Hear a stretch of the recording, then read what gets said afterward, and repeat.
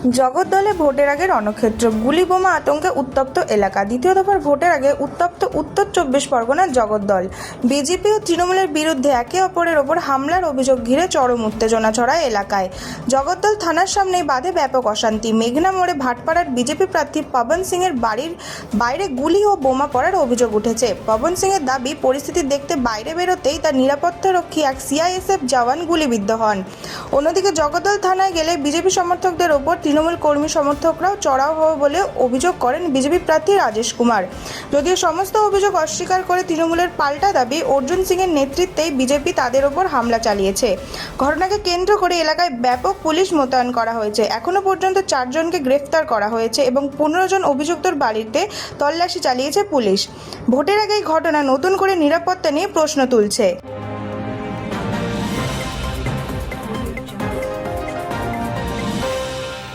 দক্ষিণ 24 পরগনার নতুন পুলিশ অবজারভার দায়িত্বে অজয় পাল শর্মা। ভোটের আগে নিরাপত্তা জোরদার করতে বড় পদক্ষেপ নিল নির্বাচন কমিশন। দক্ষিণ 24 পরগনার নতুন পুলিশ অবজারভার হিসাবে নিয়োগ করা হলো অজয় পাল শর্মাকে। তিনি উত্তরপ্রদেশের গুন্ডা দমন শাখার একজন অভিজ্ঞ অফিসার হিসেবে পরিচিত এবং আইন শৃঙ্খলা রক্ষায় তার দক্ষতা যথেষ্ট প্রশংসিত। নির্বাচন কমিশনের এই সিদ্ধান্তকে অত্যন্ত গুরুত্বপূর্ণ বলে মনে করা হচ্ছে, বিশেষ করে ভোটের আগে জেলায় সংবেদনশীল পরিস্থিতির কথা মাথায় রেখে।